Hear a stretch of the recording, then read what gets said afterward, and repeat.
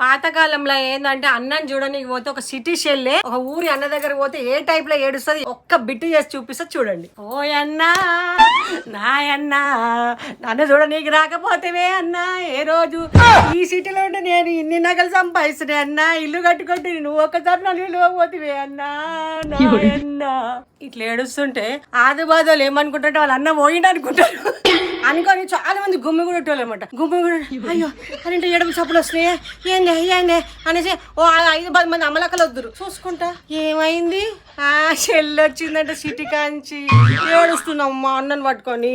అవునా ఓ బిడ్డ ఏడో బిడ్డ ఓయమ్మ ఇంతసేపు ఏడిచి కళ్ళకి నీళ్ళు రావు ఆ చెల్లెకి కానీ పాట మాత్రం వాడుతూనే ఉంటది. ఓ అన్న నాయన్న ఓ ఏడో బిడ్డ అన్న పోలేదు అన్న బతికే ఉన్నాడు జరుగుసో బిడ్డ నీ కాలు ముక్త. ఓ అన్నా నాకొక పట్టు చీర పెట్టకపోతే అన్నా ఇన్ని రోజులైంది నాయన్న వదినమ్మ ఒక్కసారి రాకపోయే నీ పిల్లల్ని నేను చూడకపోతే నా పిల్లల్ని నువ్వు చూడకపోతే అన్న